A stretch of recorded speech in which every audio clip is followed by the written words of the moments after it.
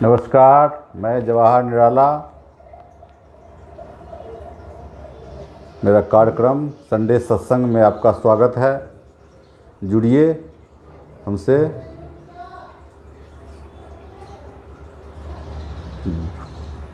Sunday सत्संग जवाहर निराला के संग आजकल जो इस हफ्ते देश में सबसे बड़ी जब चुनाव आती है तो सबसे पहले धर्म के नाम पर फिल्म रिलीज करता है। पिछले चुनाव में नाम रखा कश्मीर फाइल, जो देखे कितनी सबने उस पर विवाद हुआ, बवाल हुआ। तो हमारा कार्यक्रम है संडे सत्संग जवाहर निराला के संग भागवत श्रीमद् भागवत गीता आपके लिए लेकर आया हूँ। पिछले एपिसोड में हमने एक पहला अध्याय का आपको श्रीमद् भागवत गीता का यथारूप पुस्तक का पहला अध्याय जो 18 अध्याय है श्रीमद् भागवत गीता का, उसमें पहला अध्याय का हमने अभी कुछ ही श्लोक तक गए हैं। उस पर कुछ चर्चा करने के लिए हम ये कार्यक्रम रखे हैं फेसबुक लाइव के माध्यम से। संडे सत्संग जवाहर निराला के संग साथियों, आज के युग में ये प्लेटफार्म जो है बहुत ही सुविधाजनक हो गया है। जिसकी मीडिया में पहुंच नहीं है वो अपना भी मीडिया खड़ा करके अपनी बात जनता तक पहुंचा सकता है। ये यूट्यूब का, फेसबुक का ही देन है। फिर भी मैं आपके लिए कार्यक्रम पिछले से एपिसोड में मैं बताया था एक हाथी कहानी और 4 अंधे की कहानी। अब उसको आगे बताऊं कि अभी जो आया है फिल्म बता रहे थे कि जब भाजपा की सरकार दक्षिणपंथी है, दक्षिणपंथी का है कि छद्म राष्ट्रवाद के नाम पर और धर्म को आगे कर करके सत्ता पर रहना चाहती है। हमारे साथ जुड़ गए हैं ढोलन छैला जी। स्वागत है ढोलन छैला जी आपका हमारा कार्यक्रम संडे सत्संग में। श्रीमद् भागवत गीता आपके लिए, श्रीमद् भागवत गीता आपके लिए लाए हैं कि भागवत गीता अपने पिछले एपिसोड में भी इसके बारे में बताए थे कि बहुत ही ज्ञान की खजाना है, असीम इसमें ज्ञान भरा हुआ है। ये बहुत ही ज्ञानी लोग ही इसको ग्रहण करते हैं। हमारे पास तो सीमित ज्ञान है। उस ज्ञान के माध्यम से मैं इस सब को कार्यक्रम के माध्यम से रखा हूँ कि चलो है संडे सत्संग में इस गीता को मैं शामिल किया हूँ पिछले एपिसोड से, और उसमें रखा हूँ कि इसका कुछ श्लोक भी आप लोग को सुनाऊंगा और दिखाऊंगा भी कुछ श्लोक।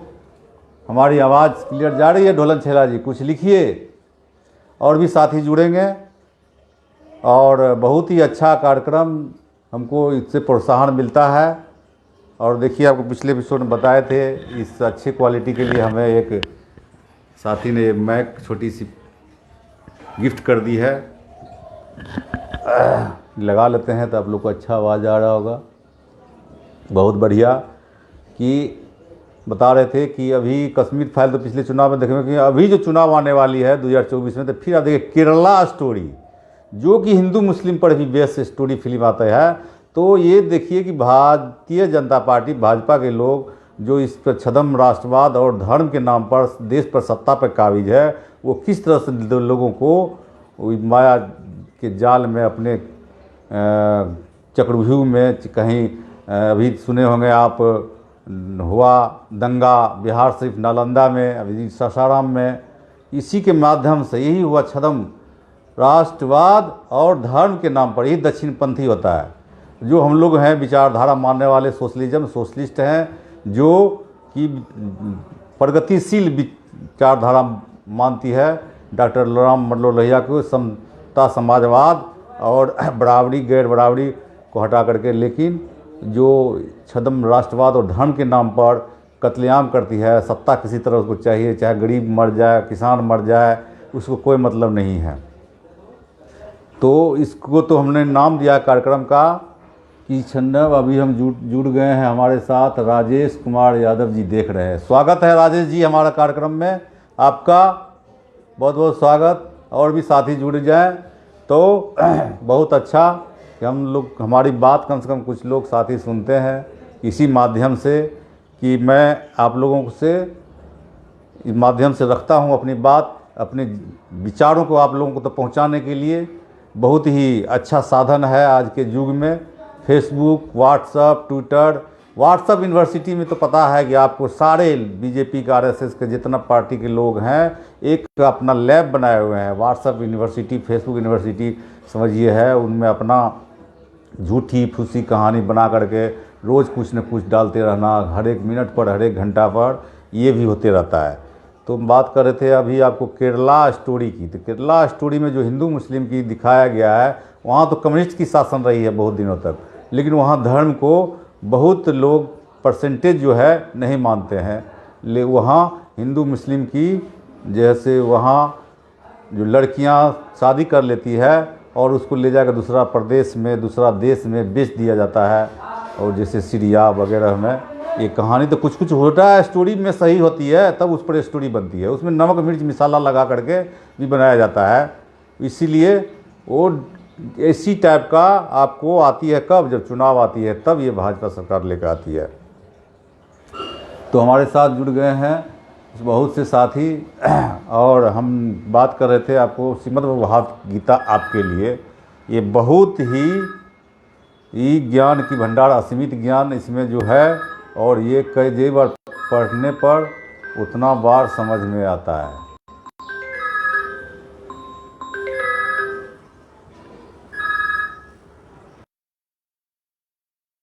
फ़ोन आ जाता है इसलिए कभी डिस्टर्ब हो जाता है।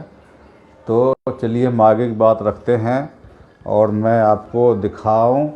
ये हमारा जो गीता है, गीता का आज हम 23वां श्लोक से शुरू करेंगे। हमारा 22 श्लोक तक ख़त्म हो गया, प्रथम अध्याय का 22 श्लोक, जिसका मैं तात्पर्य भी फिर बताऊंगा और फिर अपनी बात इसी माध्यम से रखने का जो ये तरीका है बहुत ही अच्छा है। जुड़ गए हैं सारे साथी, और भी कुछ जुड़ जाएं तो बहुत ही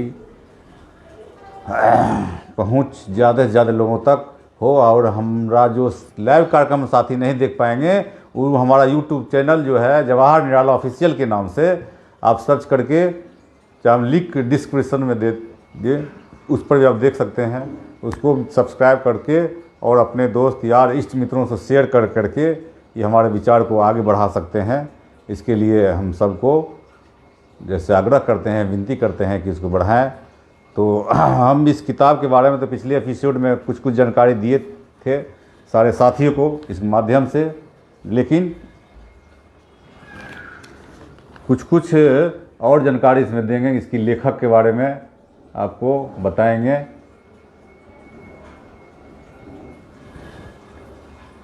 कि इसका जो लेखक हैं प्रभुपाद जी, और इसकी जो भूमिका इसमें दिया हुआ है बहुत ही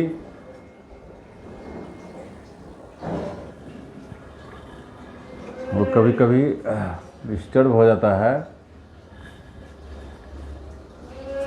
तो इसमें हम तो शुरू करते हैं। आपको लेखक का परिचय तो लास्ट में पुस्तक में दिया हुआ है, इसको लास्ट में जब होगा तो सुनाएंगे लेखक के बारे में। श्री मध्य एसी भक्ति वेदांत स्वामी प्रभुपाद जी का ये लिखा हुआ है। इसका हिंदी संस्करण और भी साथी जुड़ गए। यदुवंशी अर्जुन अहिर जी देख रहे हैं, स्वागत है अर्जुन जी आपका। हमारा कार्यक्रम संडे सत्संग जवाहर निराला के संग भागवत गीता आपके लिए। ये भागवत गीता कहने के लिए आपके लिए है, ये है सबके लिए। माने इसको सभी धर्म के लोग, और सब धर्म के लोग में तो कहते हैं कि हमारा ग्रंथ ही सबसे ऊपर है, हमारे ग्रंथ से पढ़िए, किसी का नहीं पढ़िए। लेकिन भगवान गीता में कहें श्री कृष्ण भगवान कि हमारा गीता जो है ये सब के लिए, सभी धर्मों के लिए है, और सबको इसको पढ़ना चाहिए। इसमें जो असीमित ज्ञान का भंडार है, वो असीमित ज्ञान बुद्धि वाले लोगों को ही होता है। हमारे पास तो एक सीमित ज्ञान है, उसके माध्यम से, अपने ज्ञान के माध्यम से सबको बताते हैं, अपने विचार रखते हैं।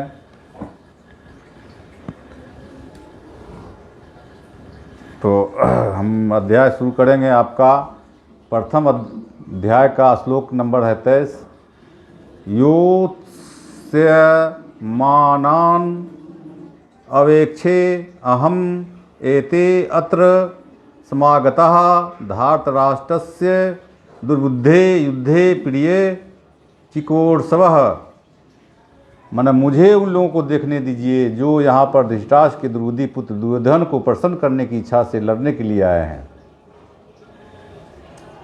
हाँ, तो हम लोग जो गीता में हमने बताया कि अभी जो रथ को ले आए भगवान श्री कृष्ण को बोले, अर्जुन जी बोले श्री कृष्ण भगवान को कि हमारा रथ ले चलिए, हम दोनों सेनाओं के बीच में हम देखना चाहते हैं कि हम युद्ध की इच्छा वाले जो लोग हैं हमारे पास कौन कौन है, उसको मैं देखना चाहता हूँ। यह सर्वविदित था कि दुर्योधन अपने पिता धृतराष्ट्र की सांठगांठ से पापपूर्ण योजनाएं बनाकर पांडवों के राज को हड़पना चाहता था। अतः जिन समस्त लोगों ने दुर्योधन का पक्ष ग्रहण किया था वे उसी के समान धर्मी रहे होंगे। अर्जुन युद्ध प्रारंभ होने के पूर्व यह तो जान लेना चाहता था कि कौन कौन लोग आए हैं, किंतु उनके समक्ष समझौता का प्रस्ताव रखने की उसकी कोई योजना नहीं थी। यह भी तथ्य था कि वो उसकी शक्ति का जिसका उसे सामना करना था अनुमान लगाने की दृष्टि से उन्हें देखना चाह रहा था, यद्यपि उसे अपनी विजय का विश्वास था क्योंकि कृष्ण उसकी बगल में विराजमान थे। अब आता है 24वां श्लोक। प्रथम अध्याय भी चल रहा है, अभी तो कितना दिन चलेगा प्रथम अध्याय, और भी साथी जुड़ रहे हैं, सबका स्वागत है। वीरेंद्र कुमार जी देख रहे हैं, स्वागत है वीरेंद्र जी। अगला अध्याय 24वां श्लोक है अगला प्रथम अध्याय का। संजय उवाच संजय ने कहा, एवं उक्तः हर्षिकेश गुडाकेशेन भारत सेनयोः उभयोः मध्ये में स्थापित्वा रथ उत्तमम। संजय ने कहा, हे भरतवंशी, अर्जुन द्वारा इस प्रकार संबोधित किए जाने पर भगवान कृष्ण ने दोनों दलों के बीच में उस उत्तम रथ को लाकर खड़ा कर दिया। जब श्री कृष्ण ने कहा कि हमको देखना है, तो भगवान अर्जुन ने जब कहा कि भगवान हमको देखना है, तो उसको रथ को लेकर खड़ा कर दिया। इस श्लोक में अर्जुन को गुडाकेश कहा गया। गुडाकेश का अर्थ है नींद, और जो नींद को जीत लेता है। गुडाकेश हे नींद को का अर्थ अज्ञान भी है। अतः अर्जुन ने कृष्ण की मित्रता के कारण नींद तथा अज्ञान दोनों पर विजय प्राप्त की थी। कृष्ण के भक्त के रूप में यह कृष्ण को क्षण भर भी नहीं भुला पाया, क्योंकि भक्त का स्वभाव ही ऐसा होता है। जहाँ तक कि चलते अथवा सोते हुए भी कृष्ण के नाम रूप गुणों तथा लीलाओं को चिंतन से भक्त कभी मुक्त नहीं रह सकता। अतः कृष्ण का भक्त उनका निरंतर चिंतन करते हुए नींद तथा ज्ञान दोनों को जीत सकता है। इसी को कृष्ण भावनामृत या समाधि कहते हैं। प्रत्येक जीव की इंद्रियां तथा मन के निर्देशक अर्थात हर्षिकेश के रूप में कृष्ण अर्जुन के मंतव्य को समझ गए कि वह क्यों सेनाओं के मध्य में रथ को खड़ा करना चाहता था। उन्होंने वैसा ही किया और फिर वे इस प्रकार बोले, रथ को खड़ा करके तब श्री इस प्रकार बोले, भीष्मः द्रोणः प्रमुक्तः सर्वेषां च मही क्षिताम उवाच पार्थ पश्व एतान संवेतान कुरुन इति ही। भीष्म, द्रोण तथा विश्व भर के अन्य समस्त राजाओं के सामने भगवान ने कहा कि हे पार्थ, यहाँ पर एकत्र सारे कुरुओं को देखो। हे समस्त जीवों के परमात्मा स्वरूप भगवान कृष्ण यह जानते थे कि अर्जुन के मन में क्या बीत रहा है। इस प्रसंग में ऋषिकेश शब्द का प्रयोग सूचित करता है कि वे सब कुछ जानते थे। इसी प्रकार पार्थ शब्द अर्थात पृथा या कुंती पुत्र भी अर्जुन के लिए प्रयुक्त होने के कारण महत्वपूर्ण है। मित्र के रूप में अर्जुन को बता देना चाहते थे कि चूंकि अर्जुन उसके पिता वसुदेव के वाहन पृथा का पुत्र था, इसलिए उन्होंने अर्जुन का सारथी बनना स्वीकार किया था। किंतु जब उन्होंने अर्जुन से कुरुओं को देखो कहा तो उसका क्या अभिप्राय था? क्या अर्जुन वहीं पर रुककर युद्ध करना नहीं चाहता था? कृष्ण को अपनी बुआ पृथा के पुत्र के कभी भी ऐसी आशा नहीं थी। इस प्रकार से कृष्ण अपने मित्र की मनोस्थिति को पूर्व सूचना परिहारवश दी है।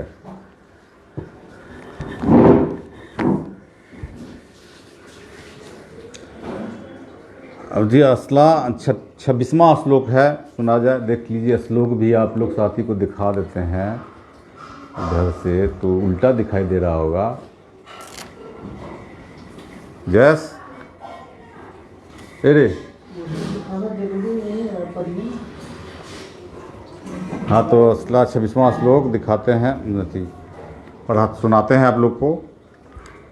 तत्र अपस्ते स्थितान पार्थ पितॄन अथ पिता महान आर्यान मातुलान भ्रातून पुत्रान पौत्रान सखेन तथा वशुरान सुहृदः च एव सेनयोः उभयोः अपि। अर्जुन ने वहाँ पर दोनों पक्ष की सेनाओं के मध्य में अपने चाचा ताऊओं पितामहों गुरुओं मामाओं भाइयों पुत्रों पौत्रों मित्रों ससुरों और शिवचिंतकों को देखा, सारे शिव चिंतकों को देखा। अर्जुन युद्ध भूमि में अपने सभी संबंधियों को देख सका। वो अपने पिता के समकालीन भूरी सरवा जैसे व्यक्तियों, भीष्म तथा सोमदत्त जैसे पितामह, द्रोणाचार्य तथा कृपाचार्य जैसे गुरुओं, शल्य तथा शकुनी जैसे मामाओं, दुर्योधन जैसे भाइयों, लक्ष्मण जैसे पुत्रों, अस्थमा जैसे मित्रों एवं कृतवर्मा जैसे शुभचिंतकों को देख सका। वह उन सेनाओं को भी देख सका जिसमें उनके अनेक मित्र थे। 27वां श्लोक है आप लोग के सामने। तान समीक्ष्य कौन्ते सर्वान् बंधन अविस्थतान कृपया प्रया अविष्ठः विसीदन्य इदम अब्रवीत। जब कुंती पुत्र अर्जुन ने मित्रों तथा संबंधियों की इन विभिन्न श्रेणियों को देखा तो यह करुणा से अभिभूत हो गया और इस प्रकार बोला। करुणा से अभिभूत होकर के अर्जुन ने कहा, अर्जुन उवाच, 28वां श्लोक। अर्जुन उवाच दृष्ट्वा इमं स्वजनं कृष्ण युयुत्सुं समुपस्थितं सीदन्ति मम गात्राणि मुखं च परिशुष्यति। अर्जुन ने कहा, हे कृष्ण, इस प्रकार युद्ध की इच्छा रखने वाले अपने मित्रों तथा संबंधियों को अपने समक्ष उपस्थित हो देखकर मेरे शरीर के अंग कांप रहे हैं और मेरा मुंह सूखा जा रहा है। यथार्थ भक्ति के युक्त मनुष्य में वे सारे सद्गुण रहते हैं जो सत पुरुषों या देवताओं में पाए जाते हैं, जबकि अब भक्त अपनी शिक्षा तथा संस्कृति के द्वारा भौतिक योग्यताओं में चाहे जितना ही उन्नत क्यों न हो, इन ईश्वरीय गुणों से विपरीत होता है। अतः स्वजनों, मित्रों तथा संबंधियों की भूमि में देखते ही अर्जुन उन सबों के लिए करुणा से अभिभूत हो गया जिन्होंने परस्पर युद्ध करने का निश्चय किया था। यहाँ तक उसके अपने सैनिक का संबंध था, उनके प्रति प्रारब्ध से दयालु था, किंतु विपक्षी दल के सैनिकों की आसन्न मृत्यु को देखकर वह उन पर भी दया का अनुभव कर रहा था। और जब इस प्रकार सोच रहा था कि उसके अंगों में कंपन होने लगा और मुंह सूख गया। उन सबको युद्ध विमुख देखकर उससे आश्चर्य भी हुआ। प्रायः सारा कुटुंब अर्जुन के सगे संबंधी उसे युद्ध करने आए थे। यद्यपि उनका उल्लेख नहीं है, किंतु तो भी सहज अनुमान लगाया जा सकता है कि न केवल उसके अंग कांप रहे थे और मुंह सूख रहा था, अपितु वह दयावश रुदन भी कर रहा था। अर्जुन में ऐसे लक्षण किसी दुर्बलता के कारण नहीं, अपितु हृदय की कोमलता के कारण थे, जो भगवान के शुद्ध भक्त का लक्षण है। अतः कहा गया है, यस्यास्ति भक्ति भर्गवत किंचना सर्वे गुणस्त्र समास्ते सुराः हरा भक्त कुतो मधुन्ना मनो औरथ नासित धावतो। वही जो भगवान के प्रति अविचल भक्ति रखता है उसमें देवताओं के सद्गुण पाए जाते हैं, किंतु जो भगवत भक्त नहीं है उनके पास भौतिक योग्यताएं ही रहती है जिनका कोई मूल्य नहीं होता। इसका कारण यह कि मानसिक धरातल पर मंडराता रहता है और ज्वलंत माया के द्वारा अवश्य ही आकृष्ट होता है। 28वां तो श्लोक समाप्त हुआ। 29वां श्लोक है, पहला अध्याय भी चल रहा है, बहुत लंबा है। तो वेपथः च शरीरे में रोमहर्ष च जायते गांडवी संसृते हस्तात त्वक च एव परिदते। मेरा सारा शरीर काँप रहा है, मेरे रोंगटे खड़े हो रहे हैं, मेरा गांडीव धनुष मेरे हाथ से सरक रहा है और मेरी त्वचा जल रही है। ऐसा अर्जुन ने कहा। शरीर में 2 प्रकार का कंपन होता है और रोंगटे भी 2 प्रकार के खड़े होते हैं। ऐसा या तो आध्यात्मिक परमानंद के समय या भौतिक परिस्थितियों में अत्याधिक भय उत्पन्न होने पर होता है। दिव्य साक्षात्कार में कोई भय नहीं होता। इस अवस्था में अर्जुन के जो लक्षण हैं वे भौतिक भय अर्थात जीवन की हानि के कारण है। अन्य लक्षणों से भी स्पष्ट है कि इतना अधीर हो गया कि उसका विख्यात धनुष गांडीव उसके हाथों से सरक रहा है और उसकी त्वचा में जलन उत्पन्न हो रही है। ये सब लक्षण देहात्म बुद्धि से जन्य है। 30वां श्लोक में है कि न च अवस्थातुं भ्रमति इव च ये मनः निमितानि च पश्यामि विप्रोतानि केशव। मैं यहाँ अब और अधिक खड़ा रहने में असमर्थ हूँ। मैं अपने को भूल रहा हूँ और मेरा सिर चकरा रहा है। कृष्ण, मुझे तो केवल अमंगल के कारण ही दिख रहे हैं। तात्पर्य यह है, अपने अधैर्य के कारण अर्जुन युद्ध भूमि में खड़ा रहने में असमर्थ था और अपने मन की इस दुर्बलता के कारण इसे स्मृति हो रही थी। भौतिक वस्तुओं के प्रति अत्यधिक आसक्ति के कारण मनुष्य ऐसी मोहमय स्थिति में पड़ जाता है। भय एवं द्वितीया विषयतः स्यात्। ऐसा भय तथा मानसिक असंतुलन उन व्यक्तियों में उत्पन्न होता है जो भौतिक परिस्थितियों से त्रस्त होते हैं। अर्जुन की युद्ध भूमि में केवल दुखदायी पराजय की प्रतीत हो रही थी। यह शत्रु पर विजय पाकर भी सुखी नहीं होगा। निमितानि विपरीतानि शब्द महत्वपूर्ण है। जब मनुष्य को अपने आशाओं में केवल निराशा दिखती है तो सोचता है मैं यहाँ क्यों हूँ। प्रत्येक प्राणी अपने में तथा अपने स्वार्थ में रुचि रखता है कि किसी को भी परमात्मा में रुचि नहीं होती। कृष्ण की इच्छा से अर्जुन अपने स्वार्थ के प्रति अज्ञान दिख रहा है। मनुष्य का वास्तविक स्वार्थ तो विष्णु या कृष्ण में निहित है। बुद्ध जीव इसे भूल जाता है, इसलिए इसे भौतिक कष्ट उठाने पड़ते हैं। अर्जुन ने सोचा कि उसकी विजय केवल उनके शोक का कारण बन सकती है। आज यही 29 श्लोक तक रखेंगे हम लोग और इसको फिर आगे एपिसोड में करेंगे। साथियों, अब जुड़ गए हैं अगस्त्या यादव जी। स्वागत है अगस्त्या यादव जी, हमारा कार्यक्रम सोनू संगम जी भी देख रहे हैं। स्वागत है सोनू संगम जी का भी। यही हमारा कार्यक्रम संडे सत्संग जवाहर निराला के संग हमें अभी हमने भागवत गीता आपके लिए ने रखा है प्रोग्राम। भागवत गीता आपके लिए मेरे कार्यक्रम का नाम है और इसका जो है उद्देश्य है प्रचार करना। और भागवत गीता में असीमित ज्ञान की जो खजाना है वो आप लोगों तक पहुँचे। एक श्लोक भी अगर सुन लेते हैं तो उसको बहुत ही ज्ञान की प्राप्ति होती है। ऐसा गीता में भी बताया गया है। तो मैं इसको प्रचार के माध्यम से और उसके साथ साथ ज्वलंत मुद्दों पर भी बात अपनी रखता हूँ। यही हमारा कार्यक्रम का उद्देश्य है। भगवत गीता ही तो सबके लिए है। मेरा नाम है सिर्फ कार्यक्रम का भगवत गीता आपके लिए। मैंने हम आपको सुना रहे हैं तो आपके लिए हुआ और ये तो सबके लिए है, सभी जाति के लिए, सभी धर्म के लिए। इसका जैसे है ये सबसे बड़ा अगर कोई मोटिवेटर हुआ पूरे विश्व में तो वो भगवान श्री लॉर्ड कृष्णा को ही जाना जाता है और उसके पास सारे ज्ञान का खजाना रहने के कारण। तो हम लोगों ने अभी 30 अध्याय तक इसको समाप्त किया। अगला 31 से आगे से शुरू करेंगे।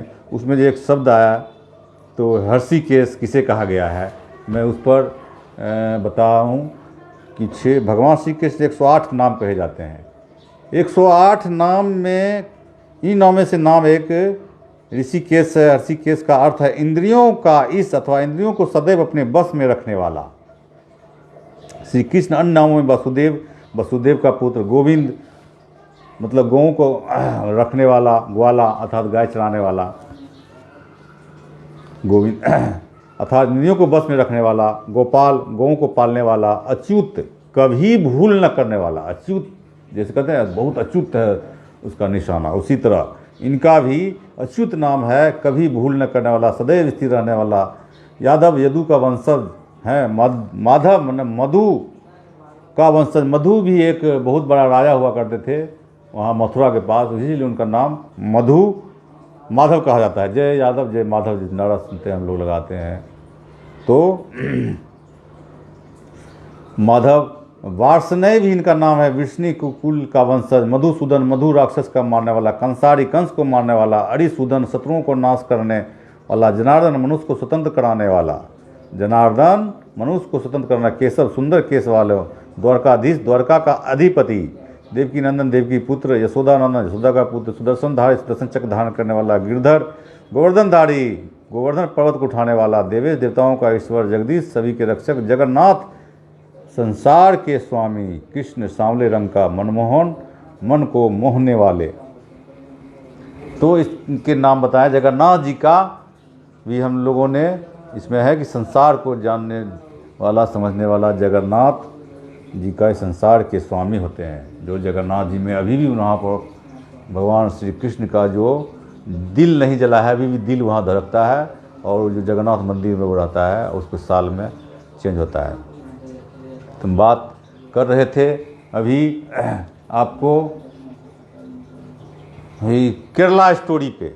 अब दोस्तों, और हमने पिछले स्टोरी में कुछ कार्यक्रम में आया था नकारात्मक विचार भी, मैंने उनको भी एक कहानी के माध्यम से बता दिया कि जिसका जिस भावना होती है उस तरह से उसको गीता में ज्ञान मिलता है। ऐसी भावना जैसे तो अभी जो देश में चल रहा है अभी केरला स्टोरी, वहाँ तो कम्युनिस्ट की बहुत दिन तक सरकार चली। वहाँ हिंदू लड़कियों को कहिए तो ले जा करके उसको अपने प्रेम जाल में, जिसे लव जिहाद का नाम दिया जाता है, वहाँ कुछ सक्रिय था और सच्ची घटना में कुछ बनाया तो तेल मसाला लगा कर देता है। लेकिन ये चुनाव के टाइम में ही इसको रिलीज करता है। इसमें बहुत बड़ी कॉन्स्पिरेसी रहता है सरकार का भी, और बहुत चलता है। हमारा नया साथी जुड़े हैं, सबका स्वागत। हमारा कार्यक्रम संडे सत्संग जवाहर निराला के संग। आपको अच्छा लगे तो कमेंट करेंगे, और हमारा यूट्यूब चैनल है जवाहर निराला ऑफिशियल, उस पर भी आप लोग जा कर के देखेंगे बाद में भी, और उसको शेयर करेंगे अपने इष्ट मित्र को भी, और उसको सब्सक्राइब करेंगे, जिससे मेरा हौसला अफजाई हो और आगे भी आप लोगों को ये कुछ न कुछ हम अपना प्रोग्राम में शामिल करें। नए नए विचारों को लेकर के हमने आने का हमारा जिज्ञासा रहता है, आप लोग के पास लेके आएंगे फिर किसी संडे में।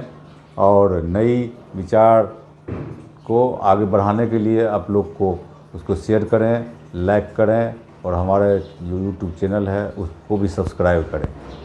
और विशेष आप लोग भी कुछ कमेंट कर सकते हैं, कुछ जानकारी चाहिए तो सवाल पूछ सकते हैं। और अभी जो चल रही है देश में छद्म राष्ट्रवाद और धर्म के नाम पर जो सत्ता पर काबिज रहना चाहता है सालों साल, इसलिए समाजवादी नेता राम मनोहर लोहिया ने कहा है कि जब तक जनता अपने सरकार को 5 साल पर नहीं बदल देगी तब तक अच्छे नेता नहीं होंगे। जब अच्छे नेता लाना है, अच्छा देश चलाना है, तो जिस तरह महिलाएं रोटी बनाती है, उलट पुलट के उसको सेकती है, उलट देती है, पलट देती है, फिर वो रोटी को पक्का सेकती है, उसी तरह नेताओं को, सरकार को हर एक 5 साल उलट देना चाहिए और नई सरकार लाए। और ये होना चाहिए, तब आकर के धीरे धीरे सब नेता सुधरेंगे और जिसको मौका मिलेगा वो कुछ अच्छे काम करेंगे। ऐसा डॉक्टर राम मनोहर लोहिया जो समाजवादी नेता थे, भूपेंद्र नारायण मंडल समाजवादी नेता, जो बहुत बड़े समाजवादी नेता थे हमारे मधेपुरा के भूपेंद्र नारायण मंडल जी, जिनके नाम पर यूनिवर्सिटी है, और बहुत ही समाजवादी आंदोलन में उन्होंने बहुत अपनी भूमिका निभाई है। पहला जो बिहार से कोई एमएलए हुए थे तो वो भूपेंद्र बाबू हुए थे। उसकी बाद में स्टोरी में हम रखेंगे उनकी भी कहानी। और इसी में लिए अभी साथियों, इसी के माध्यम से आपको मैं फिर अगले एपिसोड में लेके आऊँगा फिर एक नई स्टोरी और भागवत गीता आपके लिए। आप लोग भी इस भागवत गीता को देखिए और पढ़िए।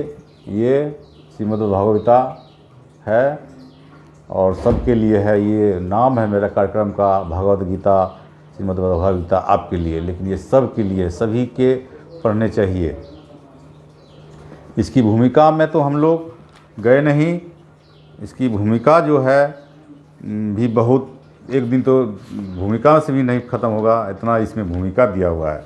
भूमिका तो हम लोग कहें ना सीधे श्लोक अध्याय से शुरू कर दिए हैं।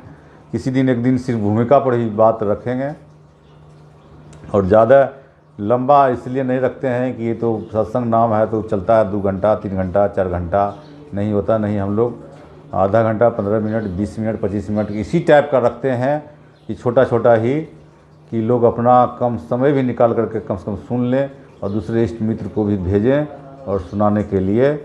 इसी के साथ आप लोगों से नमस्कार साथियों।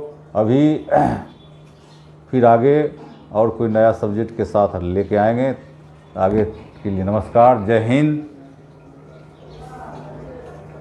अभी मुनीश कुमार जी देख रहे हैं, जुड़े हैं, स्वागत है मुनीश जी आपका भी। अभी कोई सवाल कर सकते हैं तो कर सकते हैं। किसी भी साथी को कोई सवाल हो तो वो अपना रख सकते हैं। तो इसी में अगर आपको कुछ, मुनीश जी जुड़े हैं, मुनीश कुमार जी देख रहे हैं, स्वागत है मुनीश जी।